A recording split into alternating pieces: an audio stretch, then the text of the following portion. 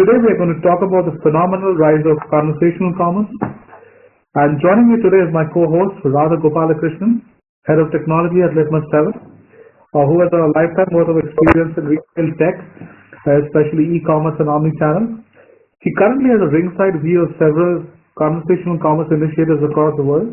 But let me not speak for Radha. I'll let Radha introduce himself. Hi, thanks so much. I appreciate the introduction. Hello everyone, myself Radha Krishnan, Head of Technology for Litmus7. I have been working in the omnichannel commerce space since last couple of decades, implementing and supporting some of the marquee e-commerce platforms. My experience spans across various technologies and leading e-commerce platforms. I have been part of many digital commerce initiatives for various customers, and as always, whenever a new technology adoption comes in, it presents about the interesting topics and Litmus7's experience of implementing AI-powered omnichannel solutions. So retail is perhaps second only to media in terms of being impacted by digital disruption. Across every sector, the specter of Amazon is ever present. Now, Amazon has spent billions on customer experience and on its supply chain to reduce the gap between, as they describe it, I want it and I have it. So they have continuously upped the ante on instant gratification.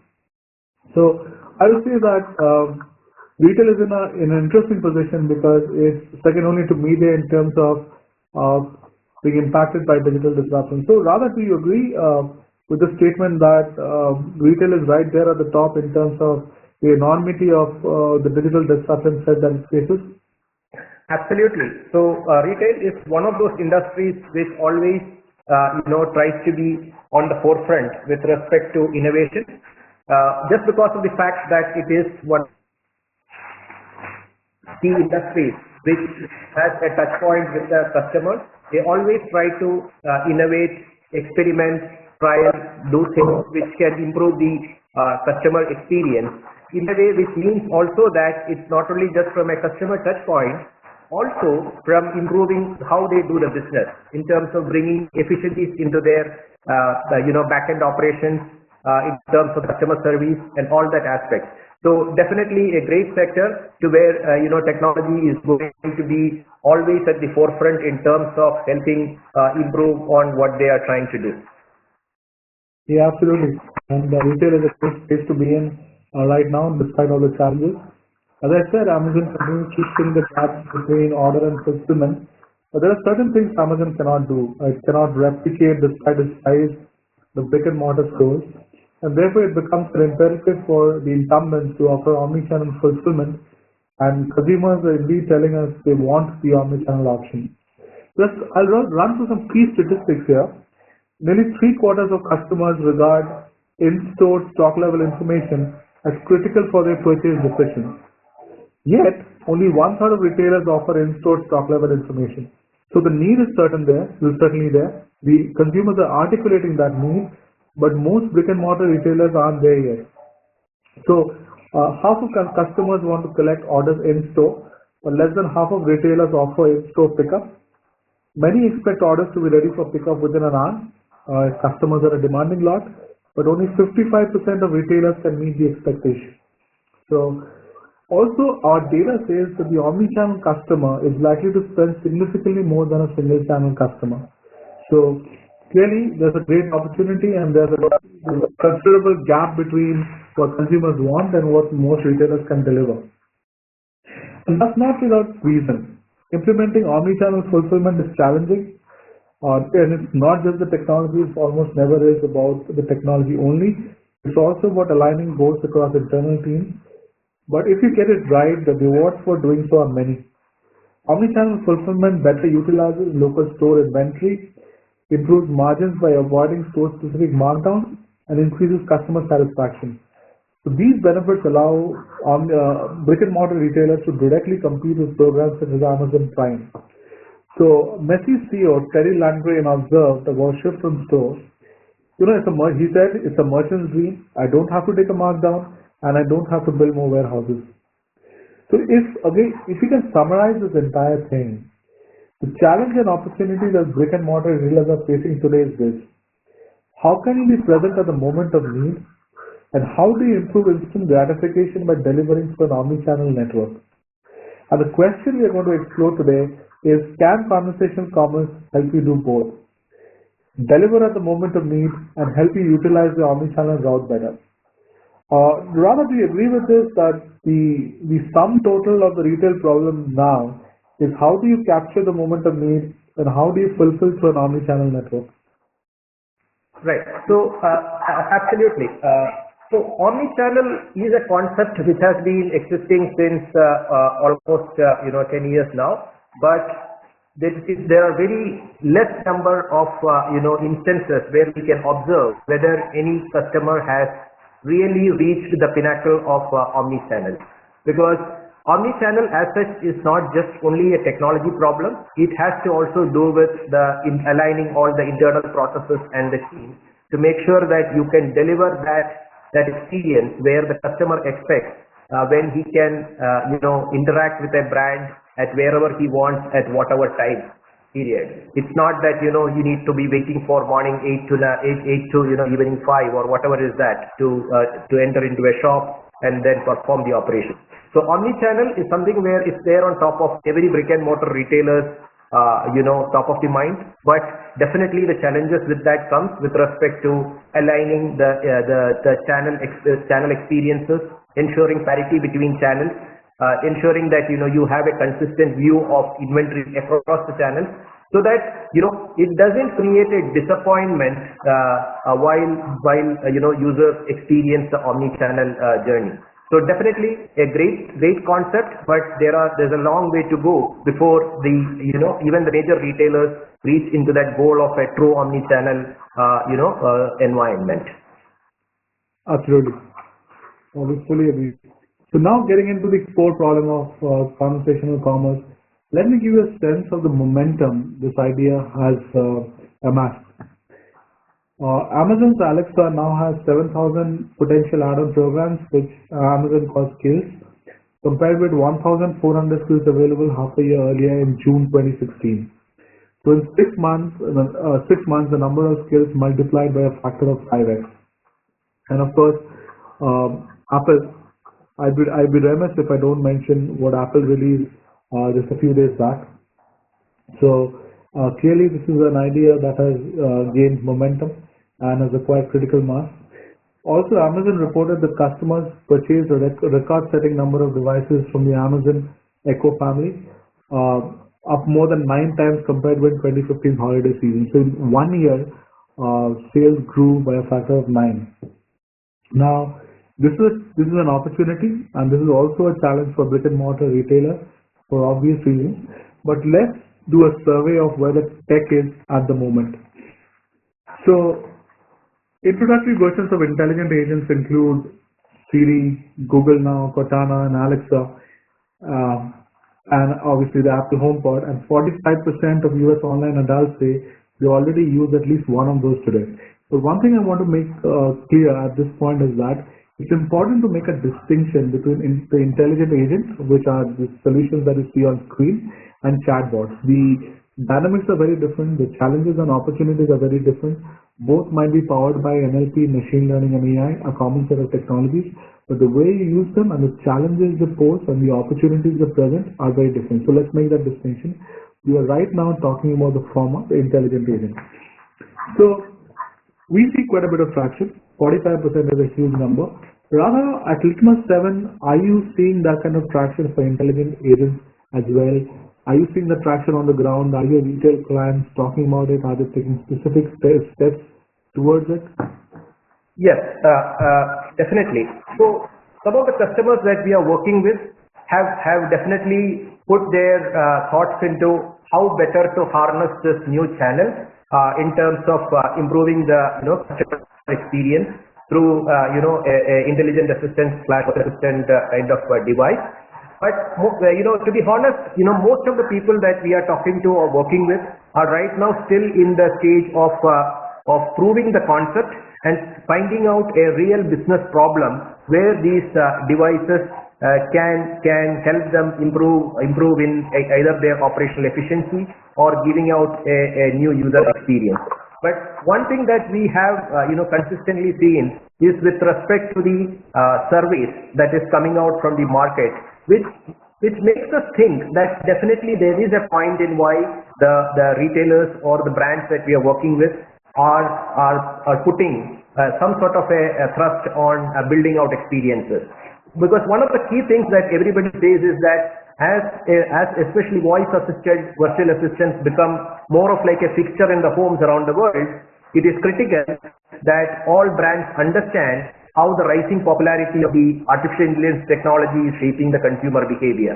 Okay, so that thought is there in everybody else's mind, and there are also people seeing some sort of a change in the behavior pattern of the customers. Like recently, one of the surveys done by this rate, they said that 51% are doing less online research before making purchase after buying a virtual assistant. So that basically means that the earlier behavior of somebody going online searching for something is reducing, rather than using voice assistants where they can actually voice over for a certain information and they can get the output. Then 90% say they would recommend virtual assistants to their friends because people are seeing a new experience, right? So they want to share that with their friends. 40% of those who don't currently have a virtual assistant say that they are interested in buying one of them. That basically ties up with your findings saying that how Amazon had more sales for their devices this year compared to last year. So yes, definitely there is a momentum and we are seeing that with our customers as well, and everybody is in the journey. Probably it will take a couple of months or years to find the final sweet spot. Right, absolutely. And why are intelligent agents or virtual agents such a big deal? So they can filter out unnecessary considerations and reducing the stress that comes with finding and vetting all the options. For example, Siri can serve up the top choices for, say, a cheap lunch near me based on restaurant location, hours of operation, and cost. And Siri, again, through its integration with the travel search engine Kayak, can deliver 3 top flights to Mexico City, determined by price, but also member preferences. So all of these things add up. Siri or Alexa, they are making choices for you. So and they are ubiquitous and they are always present. They are always there at your home. So intelligent agents therefore have a good shot at having a strong personal relationship with the consumer in question, and therefore they might circumvent you, the brand, completely. And therein lies the challenge. And rather, you said your clients increasingly recognize that. Right. So they are an opportunity, but they also are a threat in the following ways. They can filter your brand out. So Aaron Woodman, a senior director on the Microsoft team that built Cortana, says that filtering out distraction is within our scope and impacts our business. This means that an intelligent agent may block opt-in communications that it doesn't find relevant. So even if your consumer has opted in, the message might not be delivered because Cortana has learned over time that you just aren't interested in that message. So let that sink in. It's a serious problem. So and also Siri or Alexa might start controlling your audience data. So when an agent, not a brand, has direct interaction with the customer, the agent gets the data generated through that interaction. So you lack the insights necessary for true customer obsession. They also might steal some of your customer loyalty. So brands will lose their appeal once an intelligent agent knows as much about customer preferences as the brand knows through extremely expensive loyalty programs. So we have a problem. So Radha, I think you've spoken about this before, but a little more detail would be useful. Are retailers recognizing how what a big challenge this could be? Since opportunity is there, of course, but this could hurt them a lot as well. Are they recognizing that? Absolutely. So, definitely there are various classes of, brands and retailers around. So when we talk to people within the various size and the shape, we hear different sort of concerns. Like, one of the customers for which we are working with, like Walmart. Walmart is very particular about its brand, right? So they don't want somebody to, take control of what they have to offer to the customer. So they have started off on a journey where they feel that they have the capacity because they have the brand recall, they have the enough of digital maturity, and they do have the investments available with them. So they have set upon a journey on their own where they feel that they can provide this virtual assistant experience much better than piggybacking on the capabilities provided by the virtual assistant themselves or through some sort of an intermediary. So it all depends on the class of retailers. There are some very small retailers whom we work with, but for them it's a question of how much they can invest in an upcoming technology. So for them it is more to experiment with and make sure that they tell to their customer world that we are in this space, you can experience us, but it's not with that true level of having that end-to-end experience which typically comes from a brand like a Walmart or somebody like that. Right, right. And you bring me to my next point, which is next set of talking points, which is what can brands do to ensure that intelligent agents do not circumvent them, that they do not find themselves on the consumer's blind spot. So there are three approaches essentially. First is the open model. The open model is where a marketer makes brand data accessible to the intelligent agent so that the intelligent agent can access, vet, and deliver branded services when deemed relevant for the user. So this allows the marketers to work with agents without much incremental investment, but this model also does not allow any exclusivity. So its open model is essentially SEO. So you publish information so that search engines can find you better and represent you better, but you aren't doing anything more than that. The next model is the partnership model. In this model, brands integrate themselves into the agent-specific experience of a partner brand. So we are essentially talking about an aggregator. For instance, a brand such as American Airlines could integrate into the Alexa experience of its partner Kayak. So the advantage of this is it inserts the brand into categories appropriate for their purchase considerations. But again, you relinquish some control, you don't control the experience completely. And that's a trade-off you make. The autonomous model is when you create your own agent-specific experiences. So you create an Alexa skill essentially. And this is obviously expensive and it requires a certain set of competencies. But you want to do that if you want to control the experience and reach a hold on to your brand. So Radha, do you think these are exhaustive? Anything else you bring up? Do you think these are the options available for brands?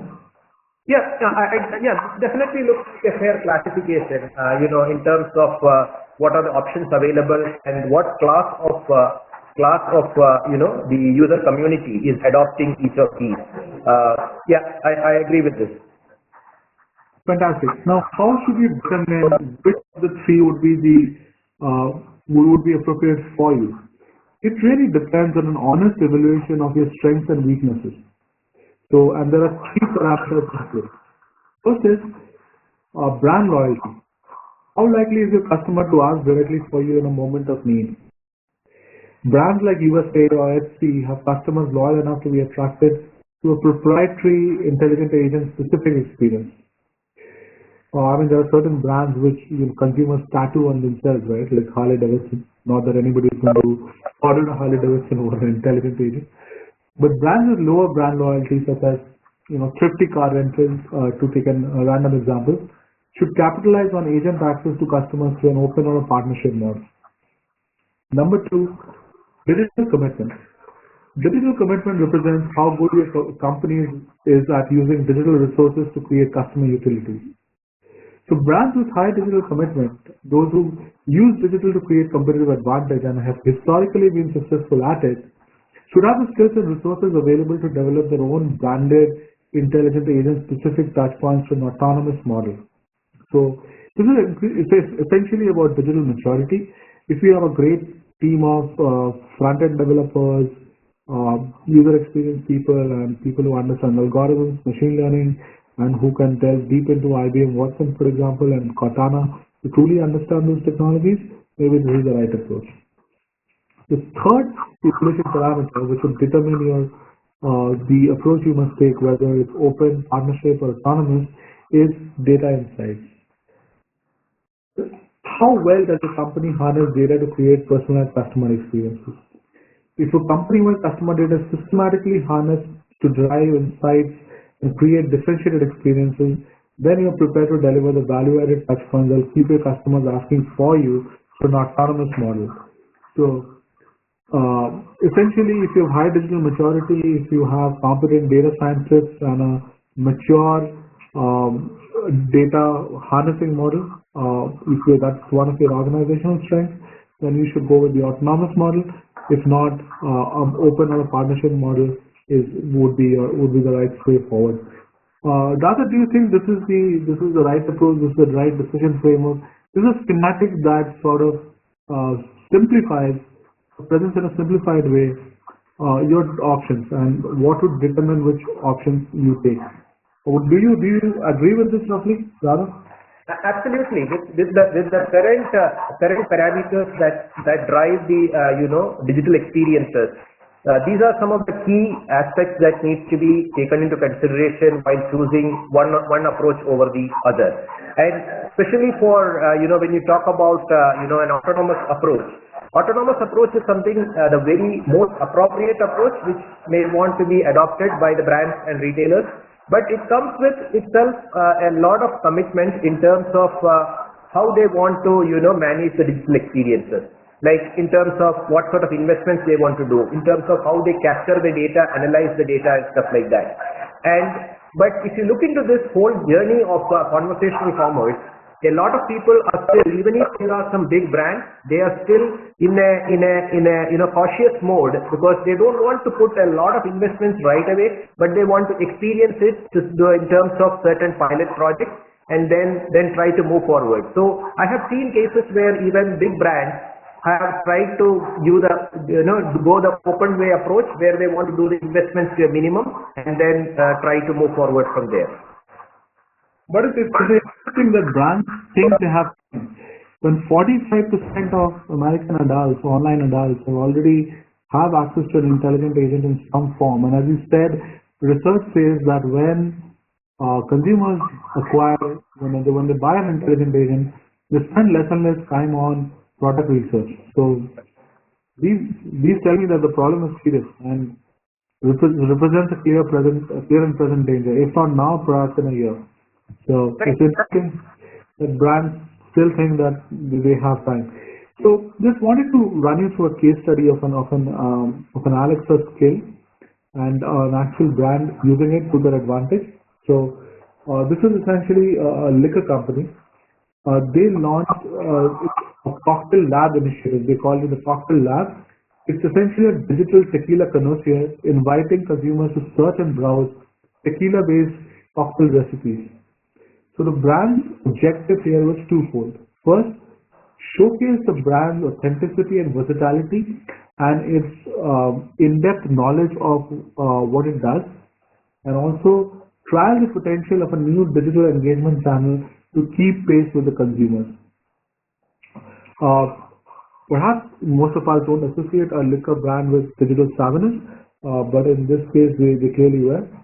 So this was initially scoped as a website, and then they realized that perhaps it's the right time and place to add an Amazon Alexa skill to extend the brand experience to a voice controlled agent. So Radha, I know that you're privy to some of such experiments in the retail space. Please walk us through, probably they would be anonymous, but please walk us through some examples of retailers trying these out, trying Amazon Alexa, Cotton out. Right. So, one of the key things, that we have, that I mentioned earlier as well, is in terms of how virtual assistants are being harnessed by the retailers. Now, all this, falls into, two categories. One is they call it as, virtual, customer assistants. So these are all like things which will, enhance the customer experience or empower the customer while doing the shopping journey. Because at the end of the day, when we talk about a shopping, a shopping activity, shopping is not just about transaction. It is also, about a good experience. and a store experience is what would bring shopper back to the store, willingly as well. So how do you improve this? So one of the customers for which we have been doing a pilot is basically in terms of helping with an assistant which can assist the customers in terms of locating the products while they are in the store, right? Because one of the biggest challenges what we have seen and what we have heard from retailers is that sometimes customers may come to the store but they may not be able to find the product, because nowadays what is seen is that stores are getting much lesser manpower and they still wanted to do multiples of business. So how do you ensure that the customer coming in is still being assisted to find the right product, which is that probably sitting in some aisle, some section within the shop. So this is a POC that we are trying out right now. That is fantastic, and this to the next point, which is we were trying to answer the question: are consumers, when they're at the store, are they looking for digital engagement? Turns out they are indeed looking for digital engagement. 48% of online adults who researched products for a smartphone in the past 3 months used their phone in-store to compare prices. 41% looked for product information, and over a third searched for a coupon or read customer reviews. So clearly they are looking for a personalized experience. They're open to digital engagement when they are inside the store environment. We also found another interesting data point. When they're shopping in-store, 42% of US online adults are interested in engaging with or have already engaged with a store employee who is equipped with a mobile device. So there's no reason why the mobile device cannot be an intelligent agent strategically placed at various points inside the store and equipped with delivering personalized experiences and guidance on what the consumer might be interested in and where she might find it.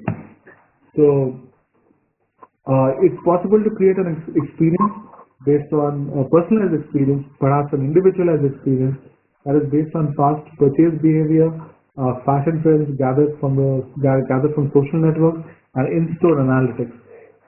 But somehow it isn't working out well yet. Today, virtual agents exist primarily as an automated customer service or self-service tool on websites. Retailers are experimenting with remote or computerized associates that provide assistance to customers via dedicated device in stores. They have been for initial investment, and the technology holds the promise of faster, cheaper customer service. However, without clear benefits to the consumer beyond mobile research tools or finding a sales associate, these tests haven't provided clear business results for in-store users to date. So we expect that to change in the next 4 or 5 years, but it hasn't taken off in a big way. Rather, you just walked us through an experiment that you were seeing at one of your retail clients. Do you expect more and more retailers to install these devices at their store to guide the consumer? Do you see that taking off in a big way? Yes, definitely. As I suggested, it's a new technology which is which is just evolving. But one of the things, as it happens with any new technology, nobody wants to be left out while the technology matures, right? So most especially today, what is happening is that most of the companies do have a innovation organization within them. The innovation organization is being entrusted with the job of identifying what are the best areas where this technology can be utilized. For example, today, if you look into, forget the retail, let's say if you look into the banking industry, today when I call into a phone banking, most of the time the responses you get, the first set of responses are coming from an intelligent agent, okay? Because once you go through a certain section of the question answer, then only if the response cannot be handled, it gets handed over to a human interface.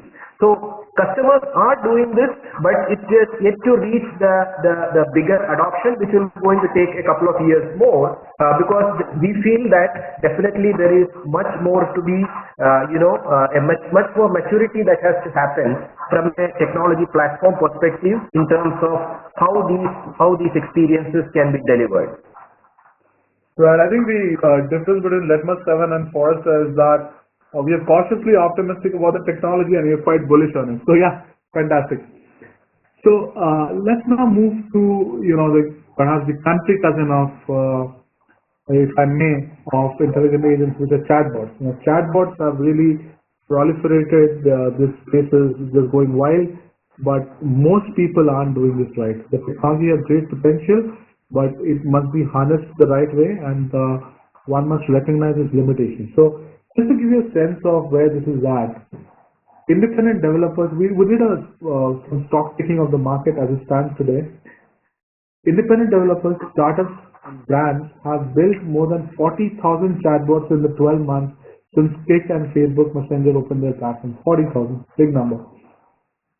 We also did a survey of decision makers, and we found that 4% of digital business professionals are using chatbots and 17% have a presence on Facebook Messenger. And these are production deployments. Even more are piloting them.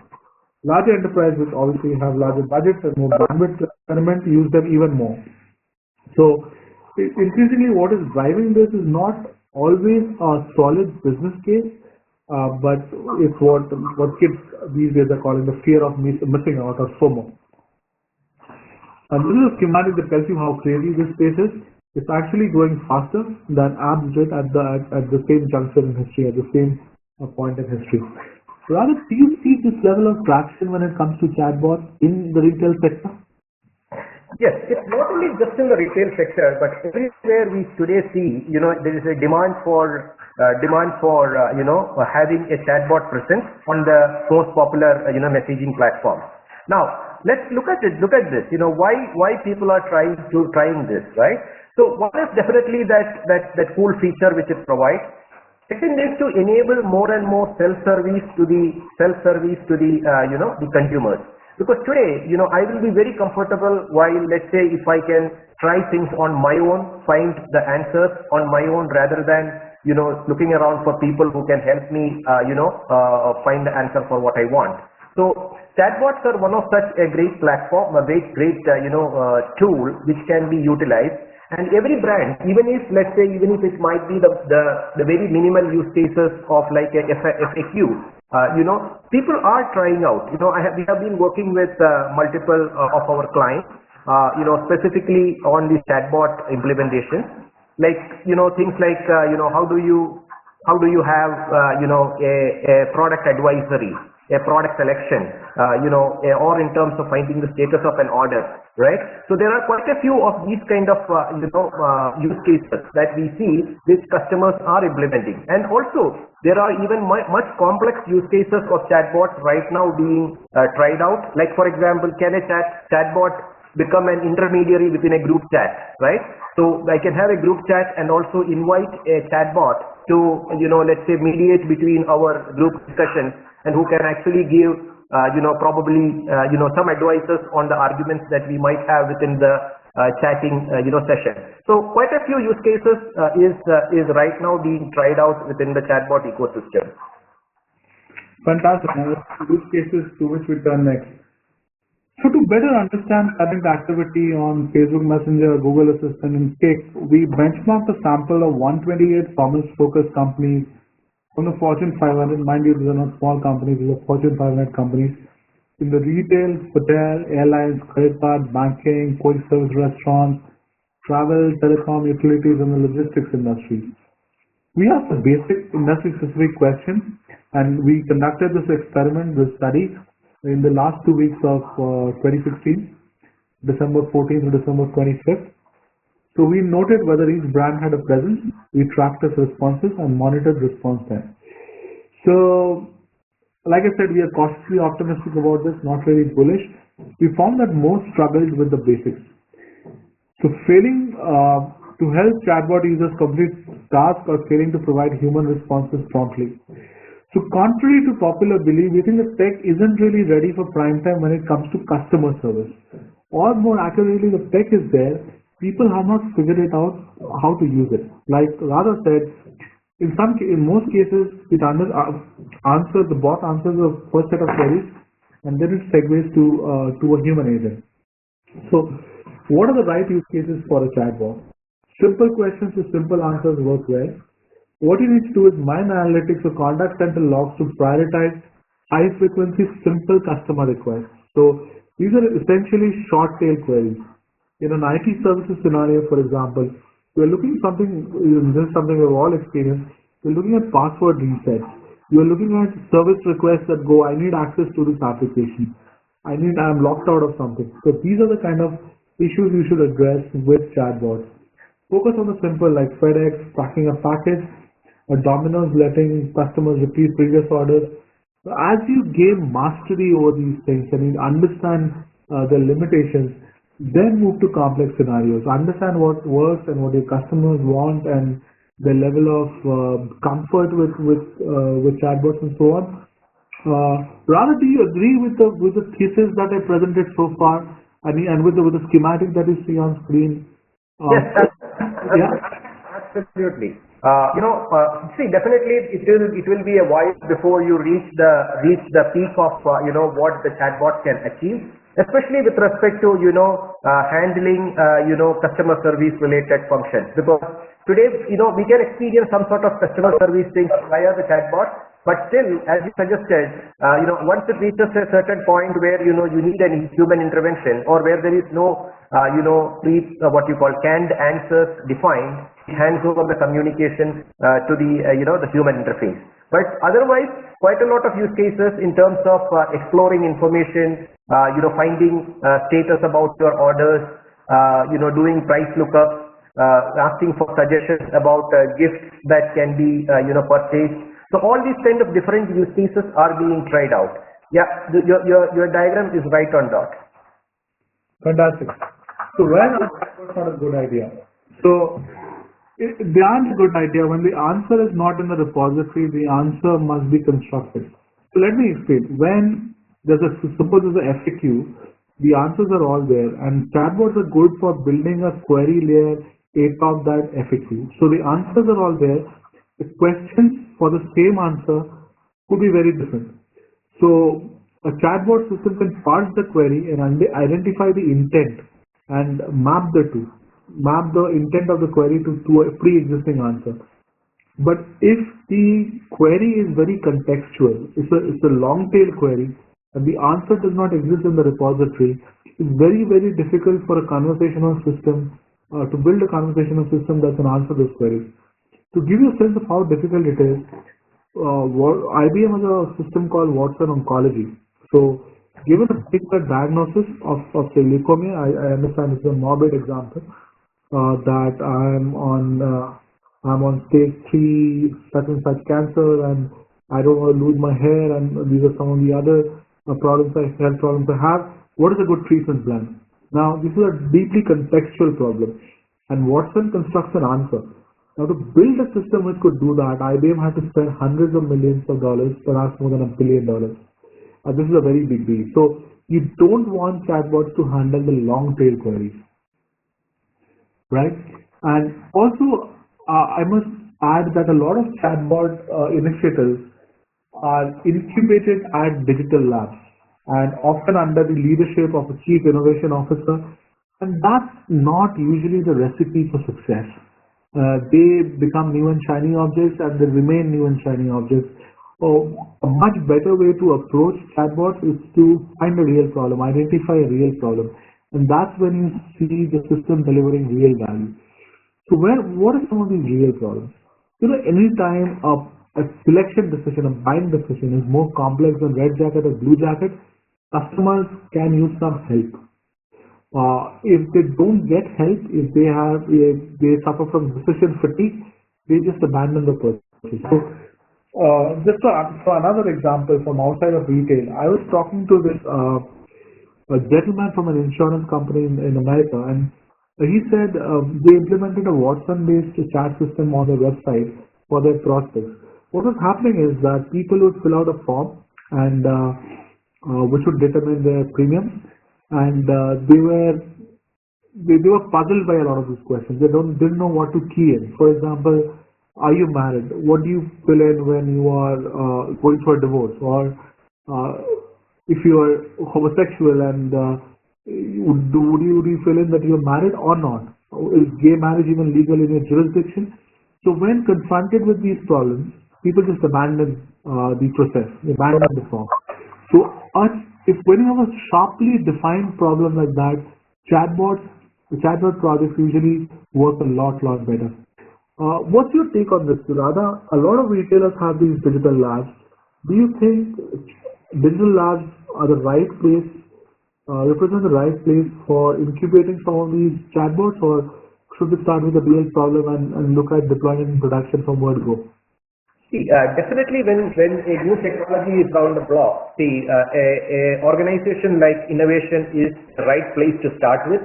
But the issue here is that now whether the innovation is focusing on the right problem. That is where the real crux is. So, couple of customers that we are working with where they have very matured innovation, labs. One thing is very particular is like anything new they do has to be ensured that it is addressing a business problem, because there are two aspects to two stages of how they take this technology to a mature state. One is the POC state. POC state will be in terms of doing some cool things to understand the concept. But then comes the pilot. So the pilot is the place where the real business problem is taken in and tried to address with this new technology that is out there. And most of the innovation teams that we are working with follow this approach, and then they take it to the real environment, try to pilot it out and see what is the impact that has it on the objectives that have been set. So definitely, as you suggested, you need to have a problem to really experiment this new technology. Fantastic. Just let me walk you through a couple of case studies. So one great way to use chatbots is to digitally emulate natural interactions between customers and associates to match a product or service with what the customer really needs. So you're trying to replicate an in-store conversation with an intelligent and well-trained floor salesperson. You're trying to replicate that experience digitally on the web. So here's a company called North Face. They manufacture and sell outdoor gear. Now the company carries more than 5,000 different items in a given year. Different jackets are designed and based on the technology and requirements of specific conditions and activities. So unlike the website, store associates are well equipped to communicate those differences. Online customers have a much harder time determining why one jacket was different from another and therefore which was best for their needs. So they implemented a chatbot system based on Watson and a few other technologies from analytics packages from IBM, and they have seen some success because in their particular case the conversation can get very nuanced. So I'm on an expedition to German Alps, and it will be July. I expect this kind of weather conditions, and I plan to spend X amount of time there. And so what would be, and my aesthetic considerations are the following. What would be the right choice for me? So keep in mind the heterogeneity or the variety of the questions can be very high, but it's possible to map it in a very discrete fashion. That if X do Y, if P do Q. So chatbots work well in such situations, and it worked well for North Face. And the important point is they defined the problem in very specific terms, and it was a success. Likewise, another company that experienced some success with chatbots is 1-800-FLOWERS. Now, their product, their service is something which has a lot of soft characteristics, which is best expressed in the form of dialogue. And that often determines the true fit of a product for the purpose of expressing an emotion. And their entire business is emotion. So for example, even though a dozen red roses may be a perfect sentiment for love, you probably aren't the right gift for expressing congratulations to your brother-in-law. It's something we can all identify with.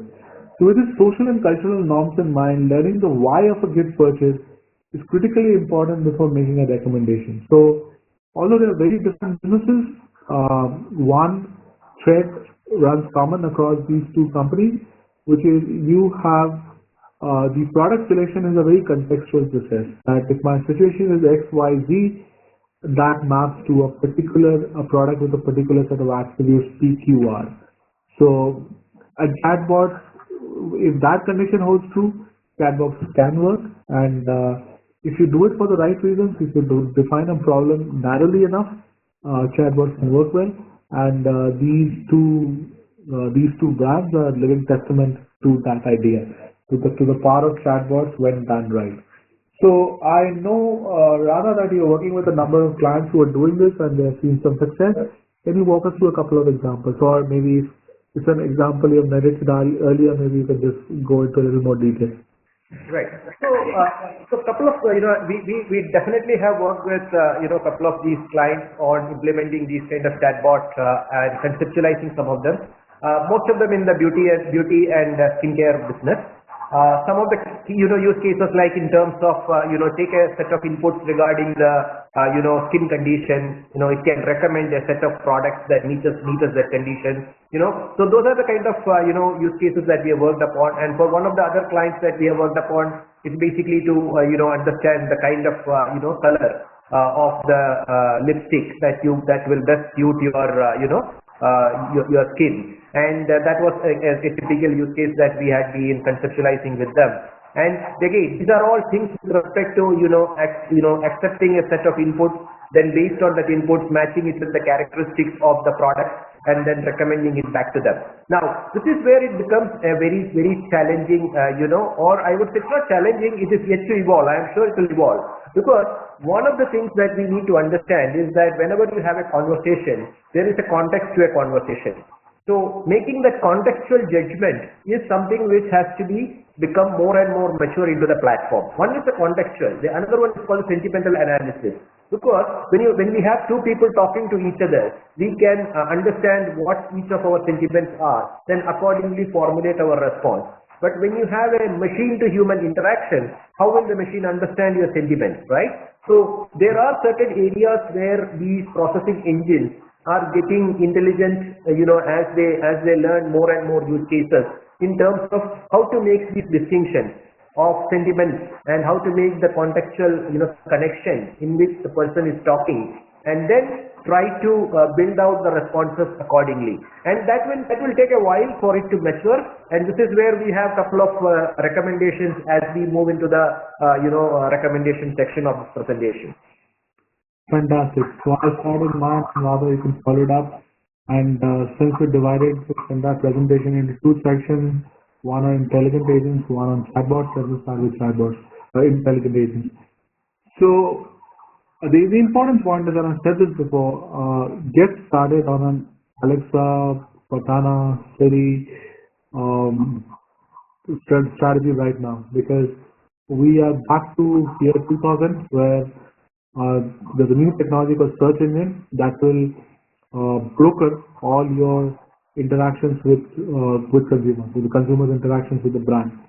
So, like at the turn of the century, everybody had to learn the art and science of search engine optimization. Likewise, you have a new technology that might broker your consumers' interactions with you. And if you don't play this game right, you might be circumvented completely. And let me repeat those scary numbers. 45% have access to an intelligent agent in some form.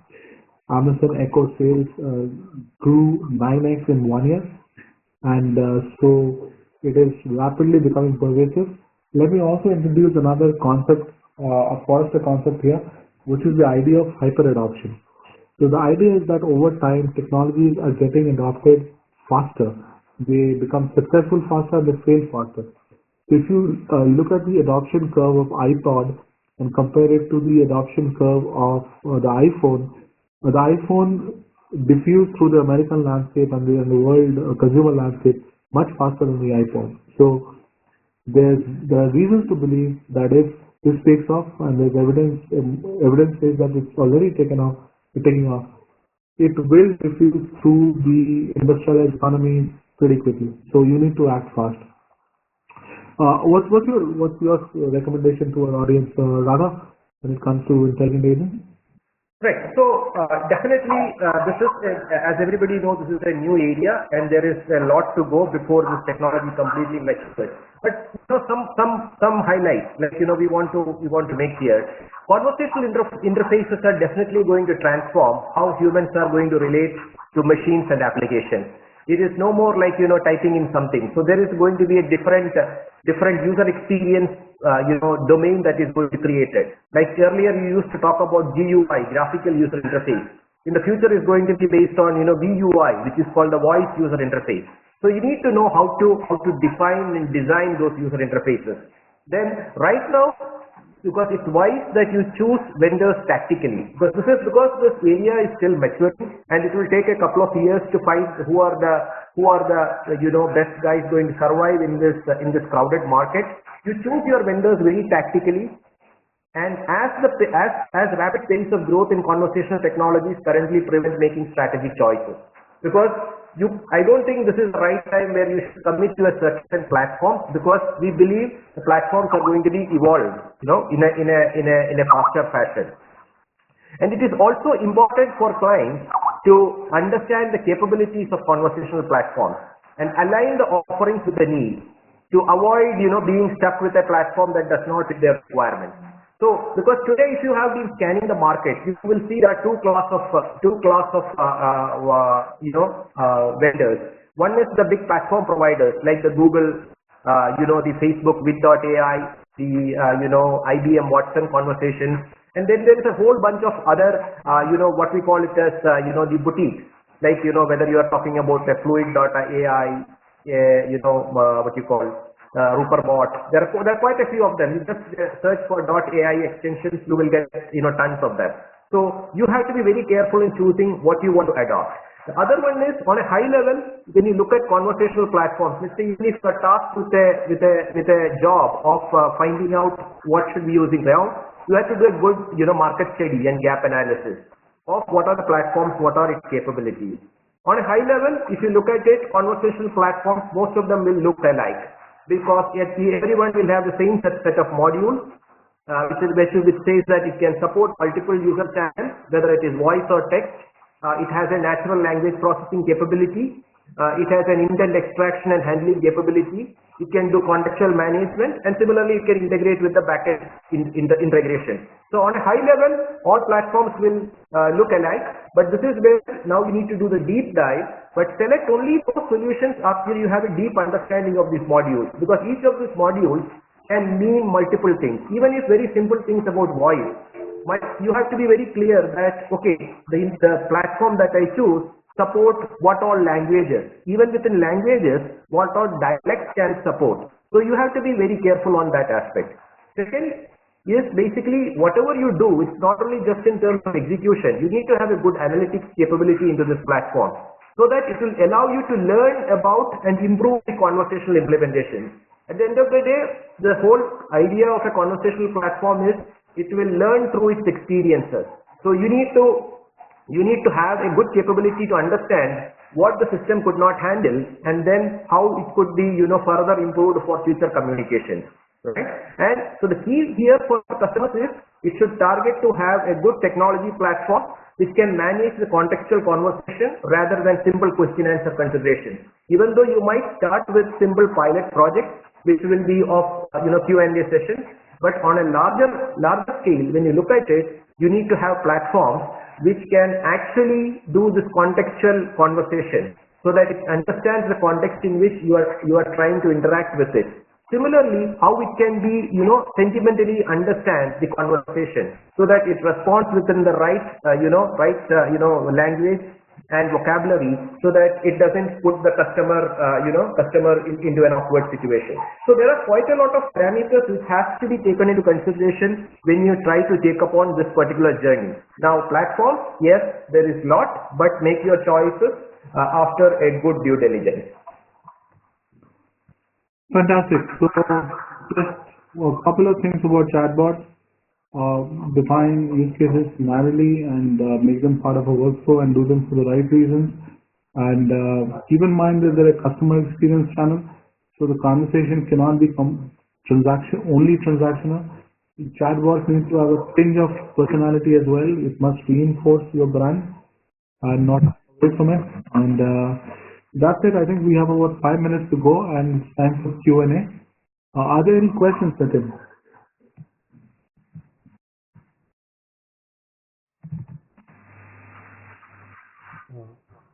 Nitin, are there any questions? Hey Samak, actually we got a question from one of our participants. So the question is about what security challenges do you anticipate with chatbots and intelligent agents? Right. Radha, you want to say? Right. So this is a very common question which will typically arise whenever anything new happens within the market. Okay. One is security and the other one is privacy. So recently there has been a wave of talk expressing concern of chatbot security. Okay. While it's true that security is important for any technology, much of the concern about chatbot security is, I would say, it's excessive alarmism.